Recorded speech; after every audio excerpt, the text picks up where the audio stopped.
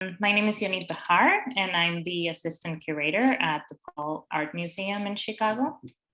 Thank you so much for joining us today. It is really, really wonderful to see you all and be together for our program.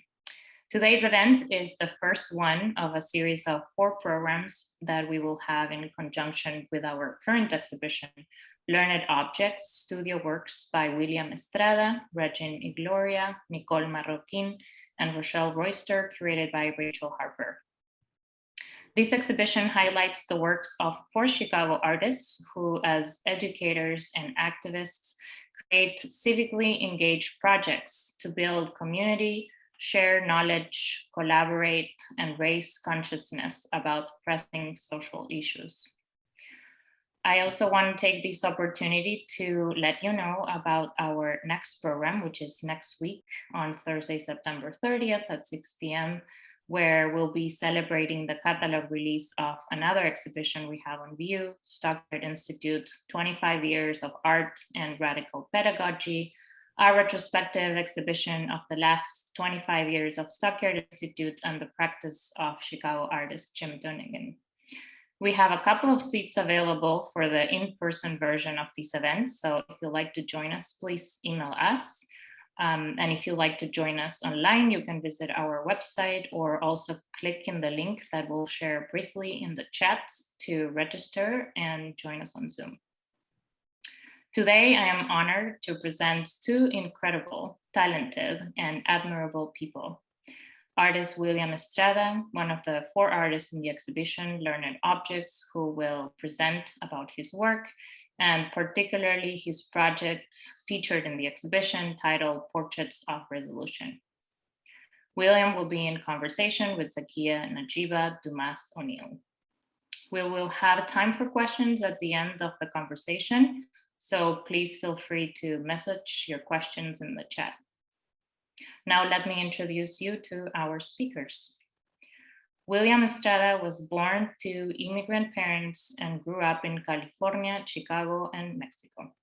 His teaching and art-making practice focus on exploring inequality, migration, historical passivity, cultural recognition, self-preservation, and media representation in marginalized communities. He documents and engages experiences in public spaces through discussion, creation, and promotion of counter-narratives. He is currently a visual art teacher at Telpochcali Elementary and faculty at the University of Illinois at Chicago. Zakkiyyah Najeebah Dumas O'Neal is a Chicago-based visual artist, educator, and independent curator. Her work is most often initiated by personal and social histories related to family legacy, queerness, community making, intimacy, and interiority. Her practice borrows from visual traditions such as social portraiture, video assemblage, drawing, collage, and found images. Zakkiyyah has been included in numerous group and solo exhibitions, and she is currently an artist in residence at University of Chicago's Arts and Public Life Initiative. Thank you so much, William and Zakkiyyah. Thank you all for joining us today. And with that, I will turn it to William. Thank you.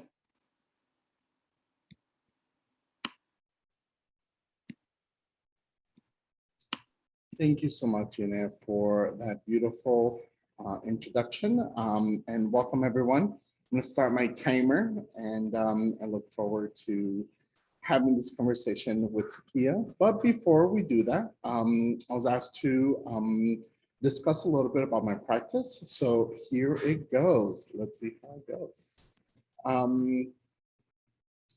So teaching has been a big part of my development and in my understanding of what art can be. Looking at the beginning of my artist, I realized that teaching was one of the only places where I was allowed to, or specifically I should say that the art classroom was one of the places that I was really allowed to question ideas. And the art education department that I came through, which was at the School of the Art Institute of Chicago, was the first place that really created an environment for me to connect with ideas and teach around ideas around racism, power structures, and just representation, what identity meant. Whether I was hanging out or making work about that, it was one of the only places where I was encouraged to do that. And they were also giving me the language on how I could address things that were happening in my neighborhood. Now, as I started going through the certification process to become a teacher, I was constantly asked to either defend why I was addressing these issues, or was constantly told that I should really become a social studies teacher and not an art teacher. And once I started realizing that the conversations that I was having within the classroom were really powerful, I started asking myself, how could I move those conversations out of the art classroom and into public spaces? Now, in 2002, I started taking these conversations around race, around representation, history, stories, who gets to represent neighborhoods, who gets to claim them, out from the classroom and into the streets. Now, this is actually my youngest son, Ilana Estrada. My children have been a big part of my practice as an artist, sometimes by force, sometimes out of necessity for a babysitter. Um, and they were really part of the conversations that I was attempting to address in my own practice as an artist and as an educator, but also in engaging communities that I grew up in, or communities that were very similar to the ones that I grew up in, and thinking about how can we honor the work that exists, and how can we use art as a tool for healing, as a tool for organizing and mobilizing in our neighborhoods. Now, the mobile street art cart started in 2014, 2015, out of these conversations that we were having from 2002 and on, setting up on the street and inviting people that might not necessarily have access to the institutions or museums where I was teaching in, or the school spaces that I was teaching in, or might not feel comfortable opening those doors to those spaces. So using the mobile street art cart, I really started thinking about how can we use art making that was tied to grassroots organizing. So poster making or screen printing, printmaking techniques, button making, banner making. How could we use these art tools as ways to invite people to engage with me? It would give me an excuse, really, right, to get to meet people across the city.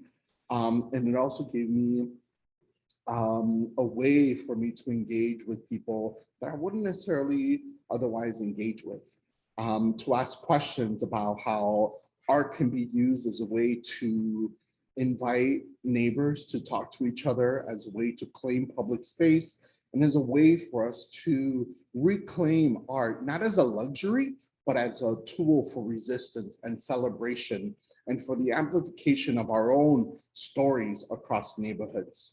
Now, through a conversation that I was having with my mother, which now resides in Mexico, about our lack of portraits or lack of family portraits in our family, we really started discovering that we didn't have tons of portraits because we moved a lot, right?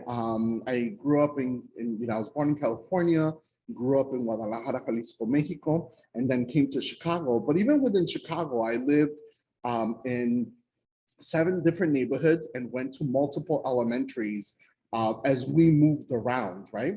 So thinking about that, my mom is really the one that I should give credit for this family portraits project, because she was the one that suggested, why don't I create this mobile photo booth where I would engage with people in their neighborhoods and talk to them about representation, who gets to represent these spaces in their neighborhoods. So the family portrait project started in that way, where I was particularly interested in engaging people in North Lawndale and South Lawndale, or Little Village in North Lawndale, and thinking about the segregation that exists in Chicago, but also thinking about the the ways that Black and Brown communities are pitted against each other in order to undermine the systemic racism that exists in metropolitan cities and across the nation. This particular image was in collaboration with Yvette Mayorga, which she created the background, and also was in part for a commission for DKs when we were documenting the flea market at Maxwell Street Flea Market. And part of this was, how do we engage in discussions about who gets to claim a neighborhood as their own, who gets to tell the stories of particular neighborhoods in the city of Chicago. And also it ended up becoming a documentation of the diverse groups of people that live in the city whose stories aren't always necessarily told, right? And it was also an opportunity for me to engage with people across different neighborhoods in thinking about how can we use art as a tool to learn from each other. Now, the Radical Print Shop project started, this is like in its third iteration. It actually started at a residency through the School of the Art Institute of Chicago at Holman Square. And actually, that's not true. It actually started at Nebraska University, University of Nebraska at Kearney, where I proposed that I create a mobile print shop in their education department. And then its second iteration was at Holman Square at the School of the Art Institute of Chicago. Then it moved to the P.O. Box Collective.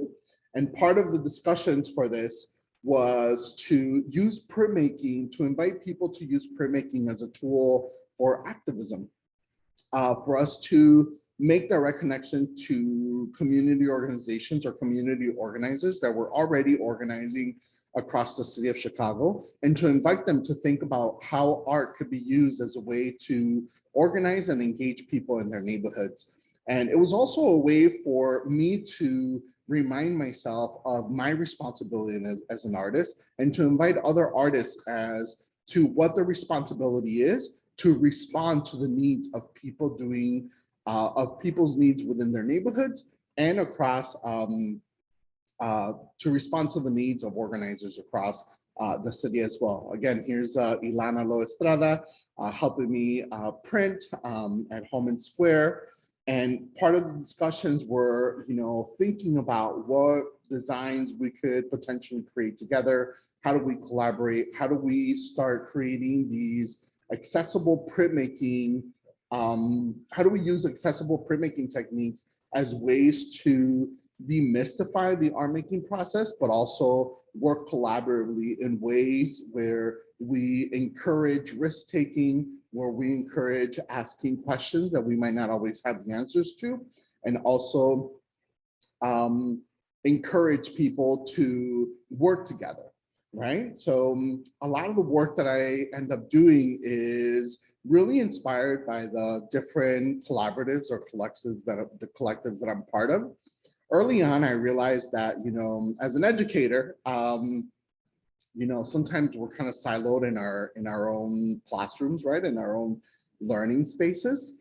And, the Mobilized Creative Collaborative, which I'm a part of with Akil Charlton, Andres Lemes-Spont, and Maria Spont-Lemes, is a space where as mobile makers, which we all have our maker spaces, we end up collaborating and thinking about our responsibility to each other. How do we learn to collaborate with each other, even when we don't agree with how approaching certain projects, right? Like, how do we start thinking about making together as artists in response to the communities that we're invited to collaborate in? And a lot of the ways that we've been doing this I think we started collaborating in 2014, 2015, is to really think about our own individual practices, and also how do we enhance and amplify each other's practices through what we're learning and through the work that we are attempting to do together. This summer, we had a great opportunity to get an artist response grant through DCASE, where we created these community neighborhood gatherings across 5 different neighborhoods in the South and Southwest of Chicago, where we invited predominantly Black and Brown neighborhoods to think about how they might be able to use art as a way to celebrate and amplify their stories, but also just live in joy, right? And work together. The other collective that I'm part of is the Chicago Art Collective, which is about 15 of us, you know, as you see with our little, you know, elementary pictures here, where it's really centered around love, right? Like, how do we love each other? How do we support each other? It initially started as a way for us to support grassroots movements happening in the city through art making. And now what it's really become about us camping together, having dinners together, right? Celebrating each other's accomplishments and celebrating each other's birthdays, right? We just spent last Sunday tie-dyeing sweatshirts for each other, right? And really thinking about what are some of the things that we're concerned about and how do we support the organizations and artists that we're interested in learning from, right? And this is really a space where we're constantly dreaming together and trying to figure out how do we make those dreams a reality, right? For each other, for ourselves, and for the neighborhoods that we live in. This is the work of Silvia Gonzalez, where, you know, we ended up actually creating some pieces for the Little Village Environmental Justice Organization. And, you know, we have deep respect for Access Lab and Dr. Patricia Gwen and the work that they do in Uptown. And, you know, a lot of the work that we try to do is just support artists and work with artists and organizations that we're interested in learning from. And then the last organization or cooperative that I'm part of is Just Seeds, which is made up about like 28 of us from Canada, the US, and Mexico, which again, on a national level or international level, we're really there to, you know, learn from each other, to think about how do we create art that supports national movements, both at a hyper-local level and also at a national, international level, and thinking about, you know, what is our role as artists, right? During the pandemic, the Chicago Arts Partnership and Education inspired me and really pushed me to rethink my practice. I started making these arte with maestro videos, which I was reluctant to do at first, I'll be completely honest. I was like, you know, why make another YouTube video, right? But after talking to the director of education, Scott Sikkema, and Joseph Spielberg, they really encouraged me to think about the work that I'm doing at the elementary level, and focusing as cis, you know, as a cis male, brown male, right? Like, what does it mean for me to videotape and record myself reading children's books, creating art and making mistakes, and apologizing? How do I navigate not knowing what I'm doing all the time? And thinking about, you know, these stories that I'm reading to the public. How do I invite other males to do the same? What does it mean for me to engage in these discussions with this virtual public? And in the midst of this, you know, it really inspired me to reach out to Jasmine Cardenas, which I'm collaborating with right now to do this Puppets and Assistancia. So we're using this poem In la quech a la quien, which means tú eres mi otro yo. Si te hago daño a ti, me hago daño a mí mismo. Si te amo y respeto, me amo y respeto yo.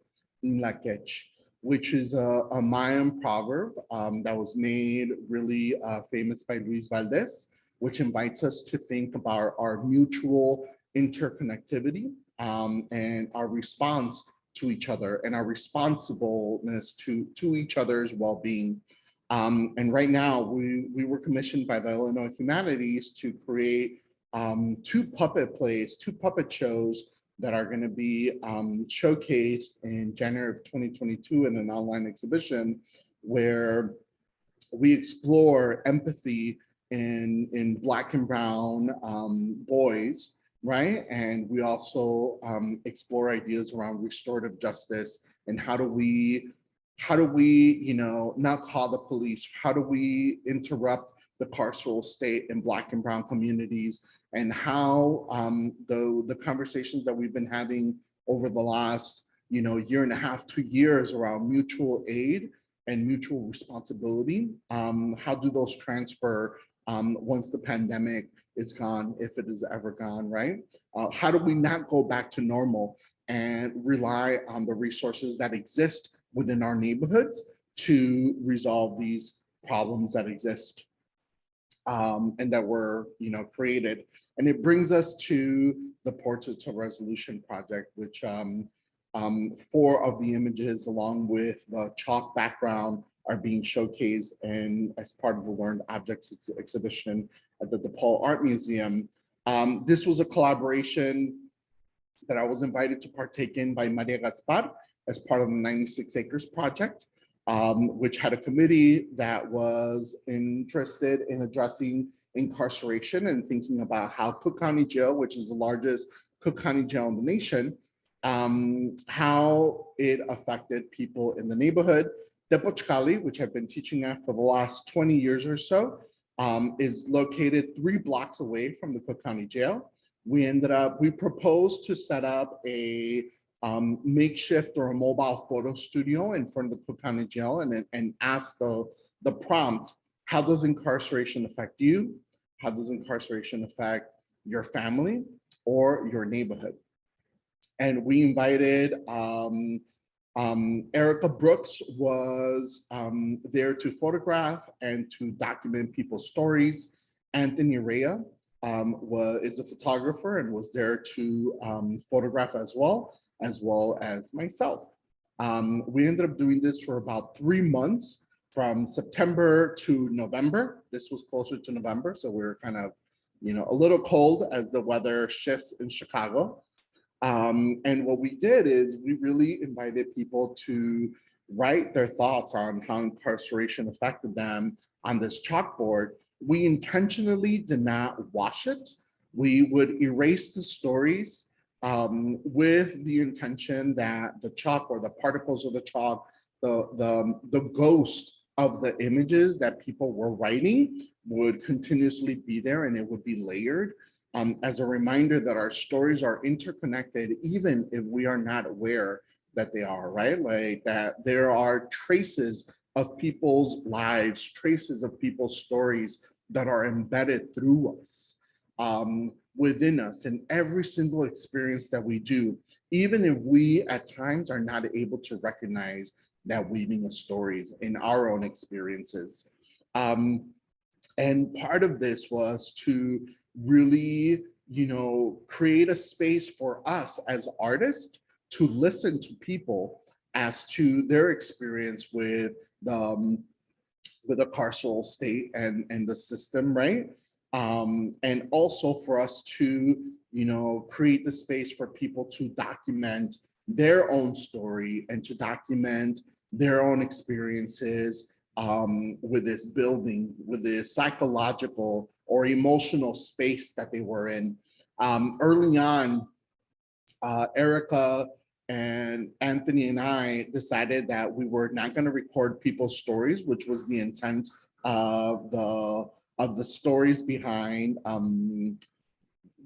like we would actually, the plan was for us to photograph these and then for us to actually record the narrative of people's experiences, because we realized that people were in such a vulnerable state, and there was such lack of resources that we provided through this project, but also that the whole system had actually, there was lack of resources present that we just weren't able to do that. So the only thing that we have are these images that I showed you, the images that we have in the exhibition, and the memories of these experiences. So I'm gonna stop right there, stop sharing. And Zakkiyyah, I'm gonna ask you to unmute. Yes. Sorry, you'd think I'd be like a pro at Zoom by now, but I'm not.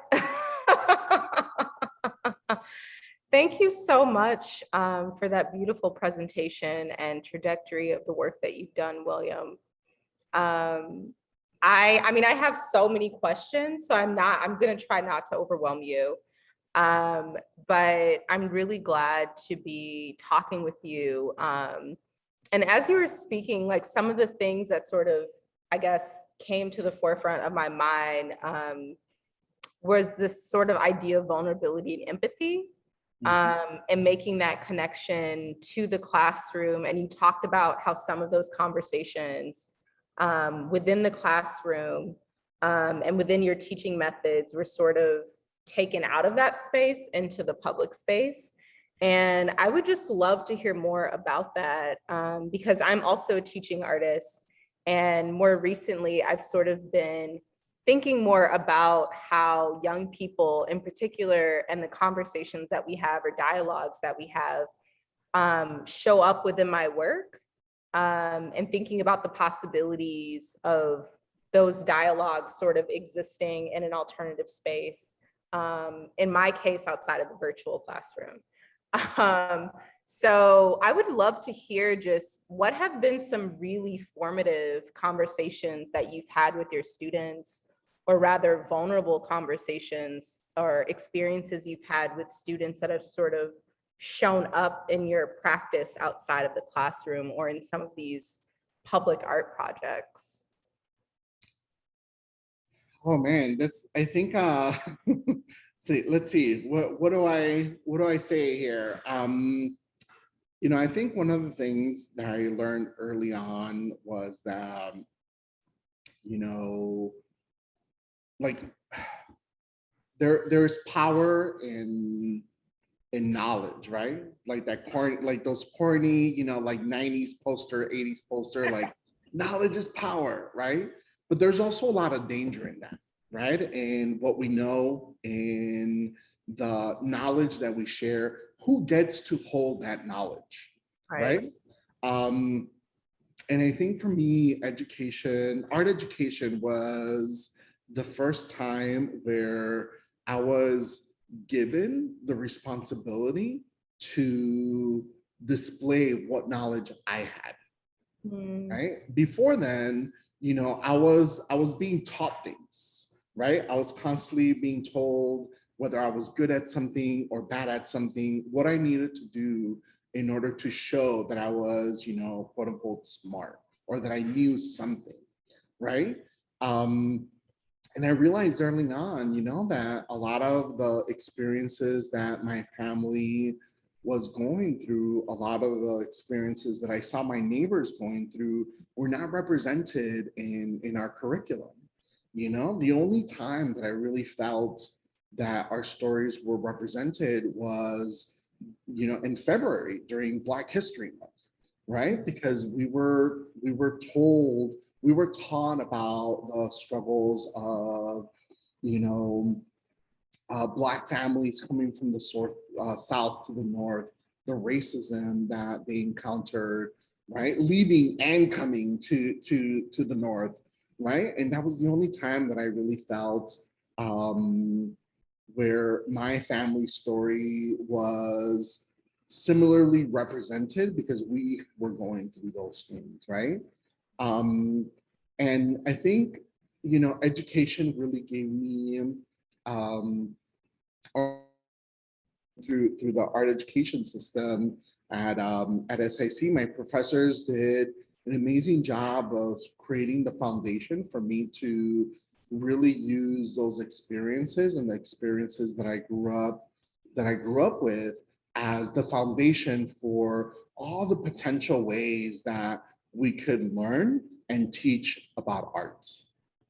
And I think to this day, right, like the students that I have are a constant reminder of my experience and their own individual experiences of how art can be used as a way to disassociate from like our reality, right, and escape.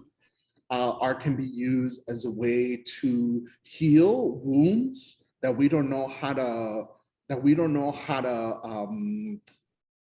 talk about, right? Or imagine worlds that we want to exist that don't yet quite exist for us, right? And it gives us those spaces. And I think in all of that kind of jumbled response, right? It's that art can serve so many purposes of amplification, of love, right? Of feeling the warmth of that you belong in a space, right? Or just even just like being able to express the angst that you feel, right? Of just like the anger that we feel of the oppressive systems that we're navigating. Thank you for sharing that. And as I'm sort of thinking about this, I feel like that type of work, of course, requires a lot of emotional labor, also a lot of physical labor. And I know that you sort of mentioned that like self-preservation is intrinsically tied into your work as well. And right before this call, you brought up bell hooks. So I'm like, it all is sort of coming together full circle. And my question for you is, William, within the education work that you do, in addition to the public artwork that you're doing, what are your own like self-preservation practices? Because I'm also thinking about the Portraits of Resolution projects. And I remember you talking about sort of listening to the stories of these people, which you sort of shared in various ways, were really heavy stories and experiences in a wide range. And so doing that kind of work, like I'm really curious, like how do you take care of yourself when you have to sort of hold on to people's stories or their experiences through a project like that? Like, what are your own like self-preservation practices, or what are you doing to sort of balance that? I mean, I think one of the things is that I have a really amazing family that lets me vent and lets me, like walk through these ideas that I'm having, right? From my wife, Teresita, to like my children, which got to see the exhibition, and they're like, Dad, like, it's so interesting to see that work. And specifically Ty, which he's 18 now, he's like, where are my credits? Right? Like, where are my credits? Because I was out there one of those days with you. But I think and obviously like talking to my mom and dad about these processes and what I'm thinking behind them. But I also think that's why I really just have really amazing people in my life that are questioning and having me think deeper about like even the surface level work that I'm trying to do, right? And they're like, well, William, do you really want to do that? What about the consequences of this or that, right? I think the collaborative work, right? Like specifically with like the Mobilized Creative Collaborative and the Chicago Act Collective has been extremely important for my well-being, right? And thinking about what it means for us to take care of each other. I go camping a lot, right? Like I try and go camping. I try to spend time with others in very in spaces where we're just like making with each other or engaging in those conversations about the labor of this work and as a way to kind of shed some of that weight. But Zakkiyyah, I think sometimes it's also hold on to it, right? And I hold on to it not because I can't let go, but because part of it is also helping me heal, right? From the wounds of my childhood, from the wounds that I experienced as an adult in talking about racism, experiencing racism, my own insecurities about belonging, about whether I am smart enough or not, right? Like all those things that I was conditioned to grow up I'm still trying to unlearn them, right? And I think this work are ways for me to explore how do we use art to heal, right? And not only heal my own trauma, but how do we use art to heal the trauma that, you know, our neighborhoods experience through their celebration, right? Because I think sometimes like people seeing these portraits, they're, you know, they're complicated portraits, but they're also very excited, right? That somebody's there to recognize the complexities of these stories, to recognize their own experience and to document it, right? But yeah, I think part of it is, you know, like being able to step away momentarily to kind of breathe and self-reflect, and going through that process with others that will help you, through that process without also like having them do too much emotional labor, right? Because like you don't want to like put that responsibility on the people that love you all the time, but really trying to figure out how do we become self-aware of our needs, or when we shouldn't be doing this work, because if we do this work, we're only gonna create more harm. Right. Okay? Yeah. Because it's something, thank you. And that's something that I think about often, especially having friends or people in my own community who are doing like mutual aid work, or doing work that sort of requires a different type of labor. And it's like, what is that? I think that self-preservation is so important. And so I also, just like in addition to that, I'm really wondering like about kind of your experiences in Chicago, just like living in Chicago.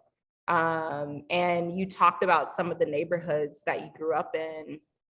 And I really kind of wanted to hear about like what were specific experiences that you had in those neighborhoods, because I feel like your work is so intrinsically tied to space in Chicago.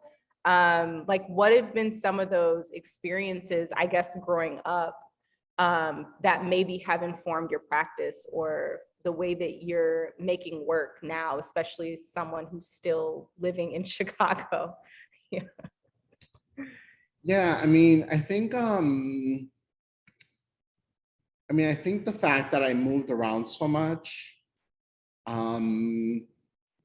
like allows me now to walk into neighborhoods and be conscious of the fact that I'm neither like a member of that neighborhood or community, but I am at the same time, right?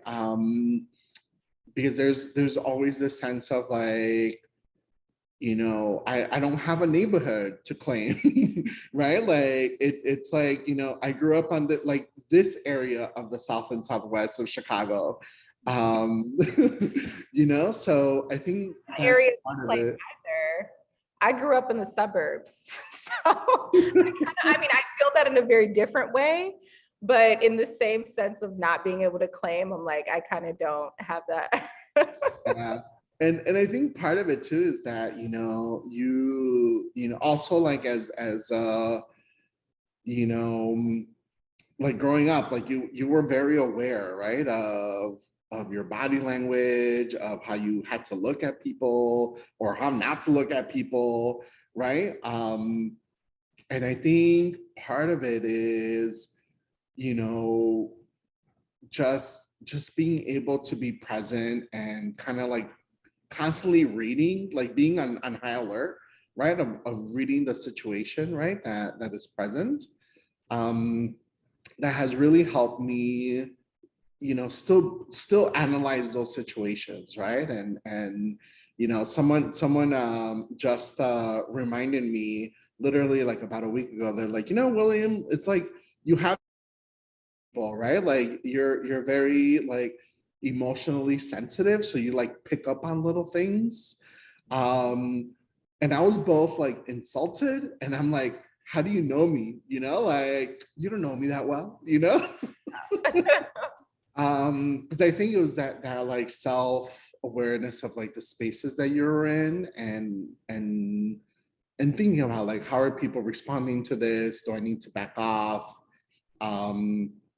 So I don't know. I think that's been a big part of it. And I again, you know, the conversations that I've had with elementary age students, you know, throughout the years, I think have also like really helped me be clear as to like why I'm here, right? Be vulnerable, and letting them know, well, these are my experiences with these situations, or there, I don't have any experience in that, you know, like I don't know how to respond to that, or you know, and inviting people to be like, well, you know, do you want to talk about it, or do you like want to move on? And I think it's those situations, those opportunities for me to be aware of the impact that this work is having on people, and then also the fact that people are really impacting the work as well, right? And shifting the way that I'm engaging with them, the, you know, where I'm positioning myself, and the multitude of projects, how I'm even talking about them, right?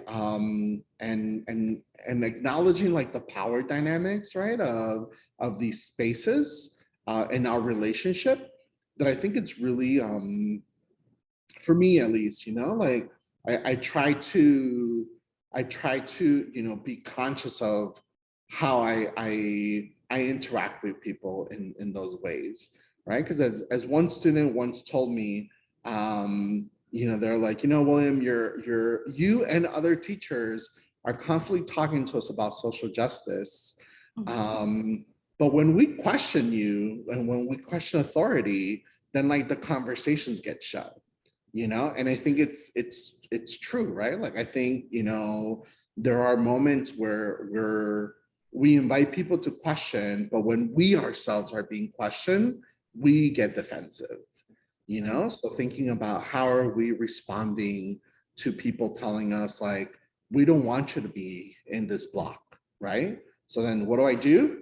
I pick up my stuff and be like, all right, I'm out of here, you know? And it's like, let's talk about why I shouldn't be here. But if you don't want to talk to me about it, like, that's fine too. Like, this is your neighborhood, right? And out of respect for the complexities of representation, and, you know, and as an artist that, you know, that doesn't live in that neighborhood, then I need to respect those boundaries and those conversations as well.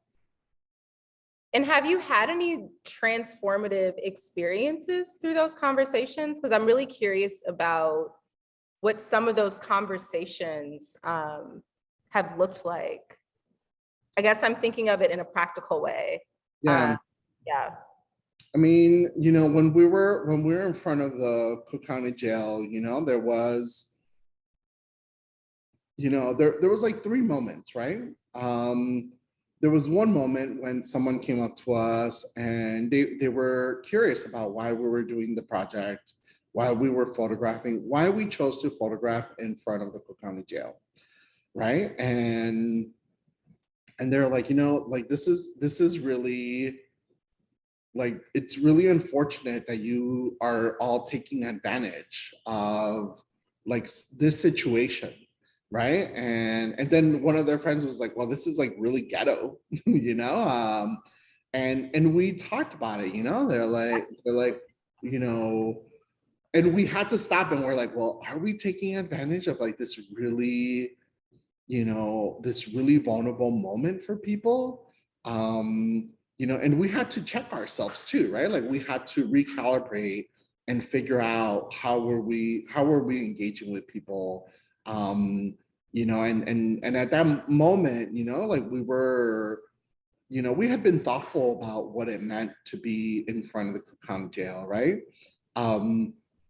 But it was within within those moments that we really decided that, you know, and earlier on, you know, but it was during those moments that we're like, no, we made a right decision in not recording people's stories, right? And then at that point, it was also the realization of like, well, if people don't want us to use these photographs in anything else, then we'll destroy them, right? We'll destroy these digital files, and these photographs will only exist for them, and then that's it. I think another moment was, you know, during those 3 months, right? Was, you know, when someone came up to us and you know, we were telling them about the project, our intentions, our own interactions with Cook County Jail, right? And they just embraced us and cried, right? Because they were really touched at the fact that we were just there to listen and to document people's experiences. And you know, they were and they were in this moment of vulnerability too, right? Because there was like all these emotions that they were containing, right? And just us being there gave them this space for them to just release. You know? And I think with other projects too, Zakkiyyah, right? Like there's been moments where, you know, like with a mobile street art cart where adults, right, like are not sure if that art cart is really for them. And they're like, oh, but I don't have my kids with me, you know. Well, what if I make something for my niece, right, or my nephew? Then can I make something? Yeah. And they have to kind of be convinced, right, that could be for them as well. And I remember a couple of years ago where this young man was just like, he probably ended up spending a good like 2.5 hours with me, you know, and at the end, you know, like he was like, you know, William, it's like there's a lot of stuff happening in my life, and I just didn't realize how much I needed just to make something right now, you know. And he was like, you know, can I give you a hug, you know? And I was like, yeah, of course, you know, and give me a hug, and took his sugar skulls because it was around this time, right? It was we were, you know, usually like around this time I start doing like sugar skull workshops outside for Day of the Dead, and he took them, you know. And there's been moments like that with adults, specifically with adults, right, where they're like, man, I didn't realize how much I needed this time to just make something.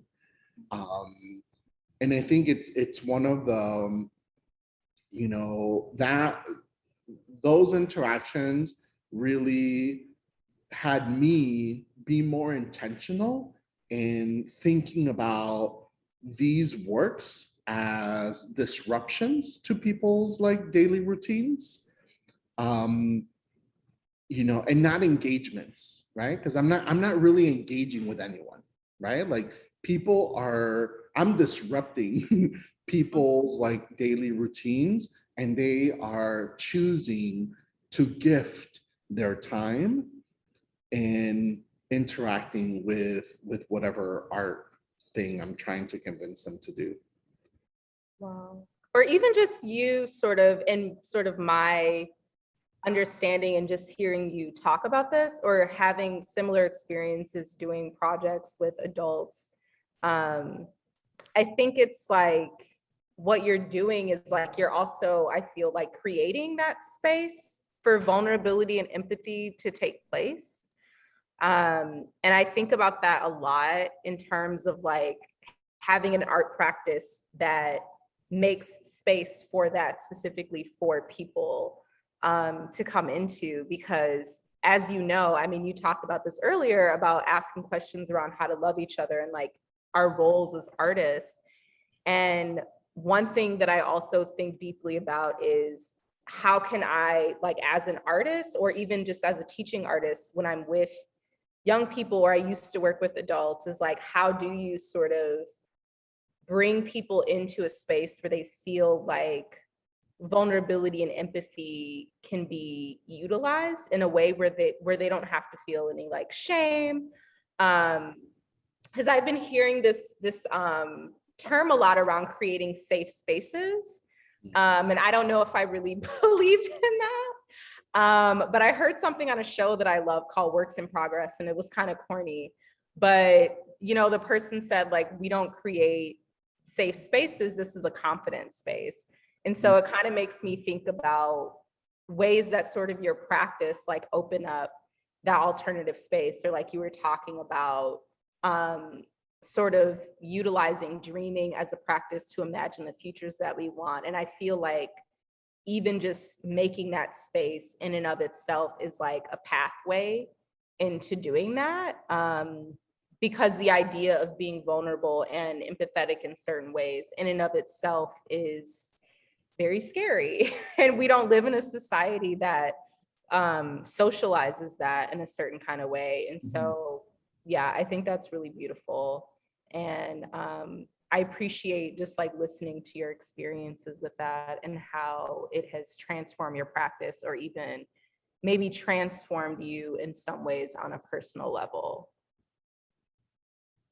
No, it really has. And I think, you know, it's a constant reminder of the power that we have, right? The collective power that we have, and how do we remind each other to wield it in ways that share responsibility and share,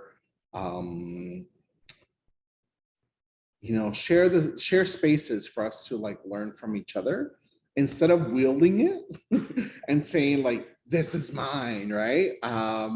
Which we kind of, we're constantly told, right? Like, you got to look out for number one, you know, like if you know, push comes to shove, right? Like, you need to make sure that you are taken care of. And I think these moments are, I hope, right, that these moments are ways for us to remind each other that we should be taking care of each other, right? Because like we are the only people that we have. And I think, there's so many opportunities for us to learn from each other's experiences that allows us to be better, sons, better daughters, better lovers, better partners, better community members.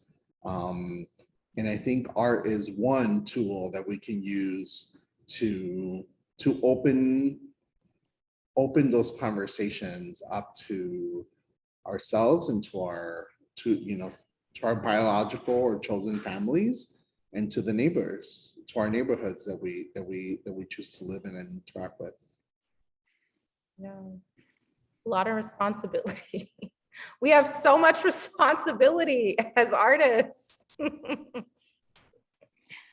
I want to say that this conversation really reminds me of how amazing and special is Chicago's arts and artists, and the amazing work that you both do, William and Zakkiyyah, and your conversation, so honest and generous, really reminds me of that.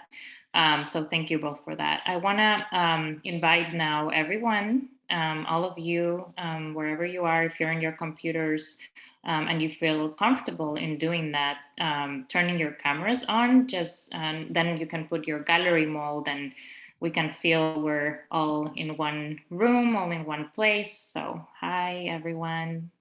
So great to see you. Thank you for being here. So we got a couple of questions in the chat that I'm going to read out loud. The first one is from dear Rachel Harper, and the question is for William. What do your subjects tell you about how they feel about the portrait's prints once they get to see them? I mean, there's mixed reactions, right? Like some people love them. And of course, you know, that's always wonderful to hear, you know, but there's also been conversations like, well, William, now that you've taken this portrait, like, what are you really gonna do, right? To address, you know, incarceration in Chicago, right? And I think, you know, part of my discussion, part of my responsibility is, you know, this is why, like, this is like why the Radical Print Shop Project exists, right? Because I was interested in thinking about how do I, as an artist, right? Like, how do I learn from activists and community organizers in addressing these systems, right, that are meant to oppress the neighborhoods that I grew up in and the neighborhoods that I continue to live and work in. And you know, and I don't know everything, right? So part of it is like, how do we continue learning? How do we continue making mistakes and learn how to apologize and repair the harm that we cause? And I think, you know, Rachel, to answer your question, you know, there's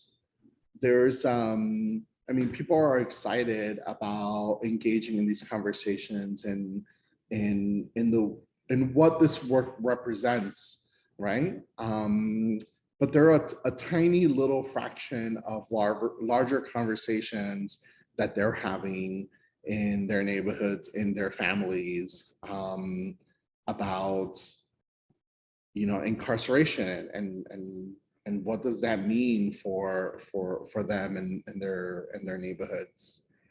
But I think part of it is like, how do we continue to ask questions and attempt to answer them through art making, right? And have these objects become the artifacts of all our attempts, right, to resolve these problems, you know, and every single step that we take, every time that we make art for that, you know, we get just a little bit closer to understanding and figuring out what the solution will be. I also want to invite, if you would like to ask out loud, that now you should be able to unmute yourself if you prefer to do that. But in the meantime, I'm going to read out loud a question coming from the museum, from Laura Caroline de Lara. And it says, this idea of self-preservation for artists doing this type of work is so very important. How can we as organizations and institutions supporting these artists and sharing these works help with that self-preservation for the artists themselves? Simple question. So simple, right? I mean, I think one, and I don't know, it's okay if you want to answer it too, but you know, I think one is like, how do we support, you know, living wages for artists, right? So we have insurance, so we have healthcare, so we have housing, Yeah. so we have access to all the multitude of resources that we need in order to do this work fully, right? Yeah, I think one thing, as I'm saying this, I'm so exhausted, but one thing that also comes to mind is just like rest. Like I sometimes dream about, you know, just like going away for like a week or like 2 weeks and not having to think about work or my practice in like a really sort of rigorous way, and just like resting. So I've been thinking, or rather like dreaming a lot about that too. Like, what does it look like to offer spaces for like rest for someone, or just thinking about some of the kind of challenges that come with being an artist, especially for you, William, like having a family and like doing the kind of work that you do that is very like cross intergenerational, and working within certain subject matters that involve a lot of trauma, right? Like, what does it look like for an artist like you or another artist, or even myself, to just like rest and not have to worry about like working all the time to survive. And so, I mean, I have done residencies where I've been able to rest, but even still, like, there's the expectation of productivity, right? Or having to like make or do something. And I think that can be very healing. But yes, if anyone out there has like a, you know, a space that they want to offer us, and just, yeah, so that's something that I've sort of been dreaming about. And speaking of mutual aid, I believe over the summer, there were a group of women that organized to help single Black mothers and Black women who were service workers get access to a space for them to just like rest for the week and just sleep, and they could do whatever they wanted. And that's such a luxury, I think, that some people take for granted.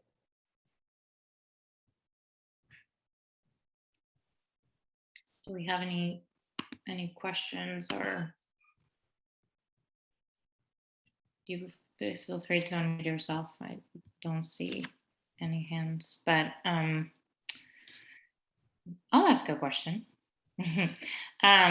William, in these contexts of the exhibition Learned Objects, in which I think the main point is to show the four of you who have both socially engaged art practice, but also a studio practice. And we talked a little bit about this when you and Zakkiyyah were at the museum, and sort of that conflicting relationship with the objects, or perhaps even not objects, the exhibition format.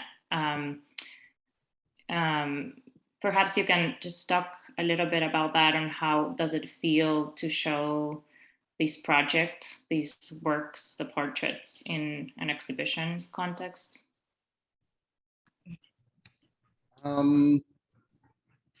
Yeah, I mean, it's they're interesting. It's interesting to see them in a museum setting. I mean, they have been exhibited before, right? Like, not necessarily like these particular images, right? But we've had small exhibitions in Little Village.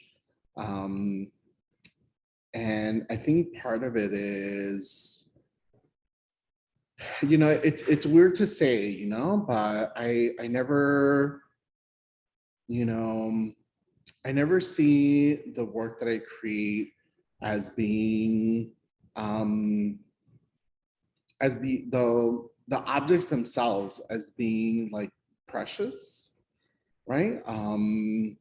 They're this collaboration and this documentation of a moment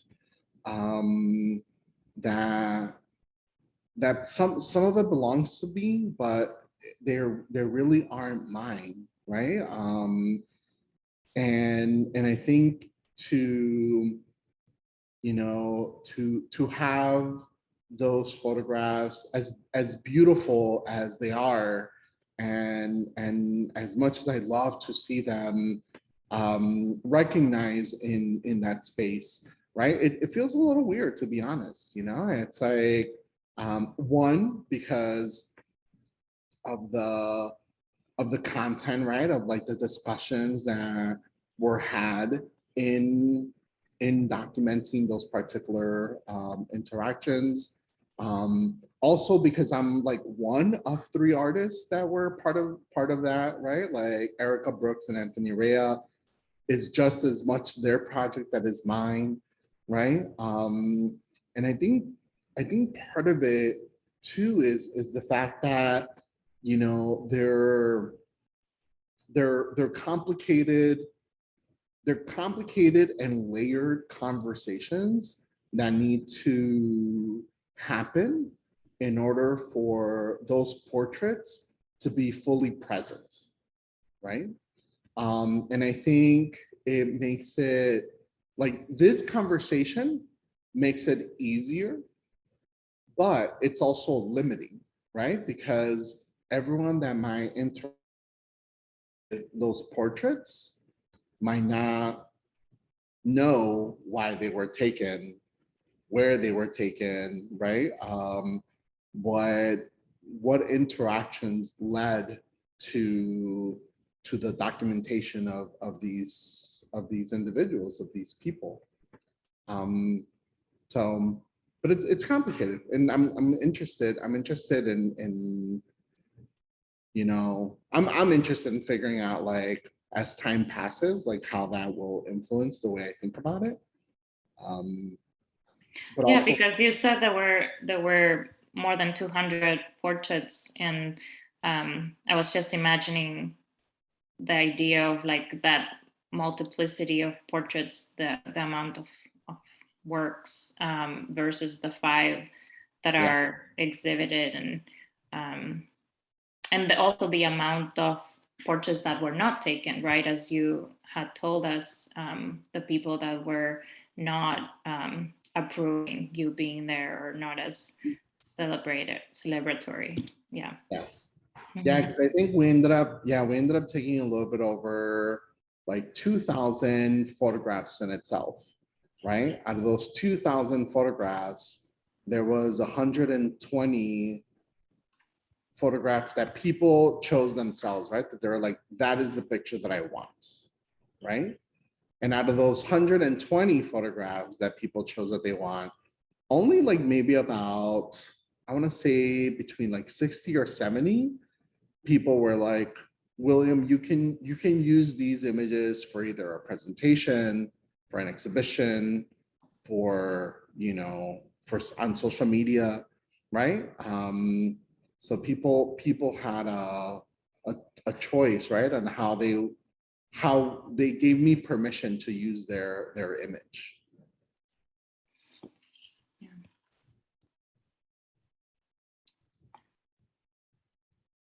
I'm seeing if anyone else has some closing. I see some Question. gratitude comments from Elsa Munoz saying thank you. Did I hear someone wanting to? Yeah, I had a question. I'm trying to remember. You said you worked in an elementary school as well. Just like you currently do work in elementary school, right? Yes. And then I guess my question is so how do you approach some of these topics with like the younger kids? You know, like you got your kindergartens and your first and your second grade. Like how do you incorporate some of those things into art lessons for them? Around incarceration? I guess more in just a general topic of what kind of things do you approach to them? Like what is your general approach in general with that age group?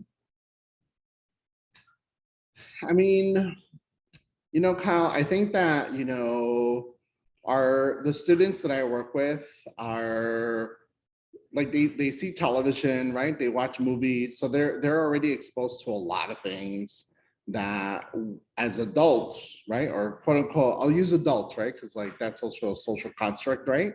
Like just because we're adults does not mean that we know how to navigate our feelings better than a kindergartner, right? Like, but what I will say is that, in the same way that I would engage with an adult that I might not know, and thinking about the language that I use, right? Like, and thinking about the way that I address injustice, right? Or quote unquote fairness, right? I usually tend to talk about power, because I think all the conversations that we have about injustice, the way we talk about racism, they're all based on power, right? And what we use or how we choose to use the power that we have, right? And I think if we, at least for me, when I frame any discussion around power, I think they're easier to have, right? Like I think sometimes we don't like sharing power, and thinking about, well, why don't we like sharing power? What is it about that feeling that we don't want to give up, right?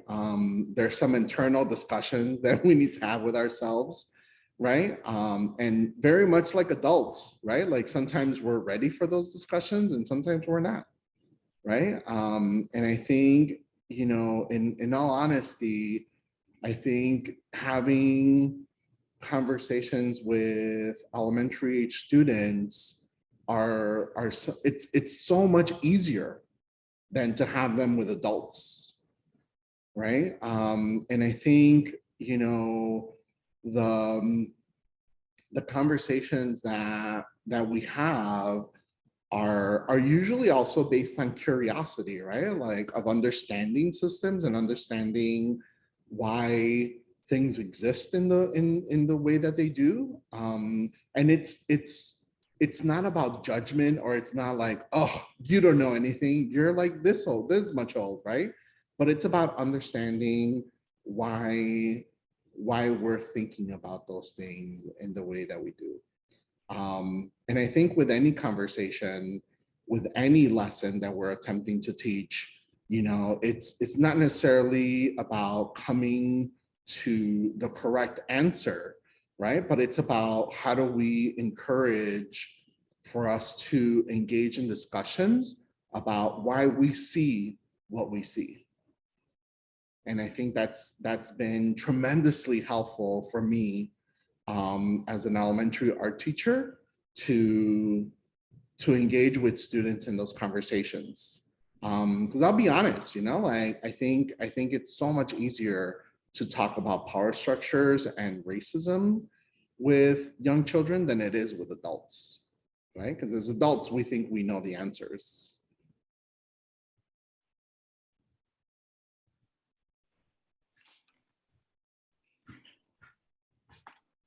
Thank you so much, William. And thank you, Kyle, for that question. I think we're getting to an end. And I want to really thank William again, Zakkiyyah. Please come to the Paul Art Museum. Don't miss seeing William's works in person. We will have conversations with each of the artists in the show coming all throughout January. And Zakkiyyah, you were wonderful. You are wonderful. I so appreciate your conversation and sharing your thoughts with us. Thank you all for joining us. Take care. Bye, Thanks everyone. for Thank having you. Thanks, guys. William. Have a good night. Have a good night, everyone. Oh man, our Art Institute people, I guess let's meet at our sections at 7:30, I think. Woo-hoo. Will, oh my God, Bill, okay. Ali. Man, I'm always excited. I thought you guys were gonna be together in a spot. I was surprised though. I didn't know you guys were gonna be in your own zones. We're gonna save that togetherness for you, Livy. All right, sounds good. Yes, we will see you next Thursday. Sounds good. All right, take care. Thank you, guys. William. Appreciate you. Muchas gracias. Bye. Thank Take you. care. Gracias, Yoli. William, thank you so much. Thank you so much. This was wonderful. Thank you so much.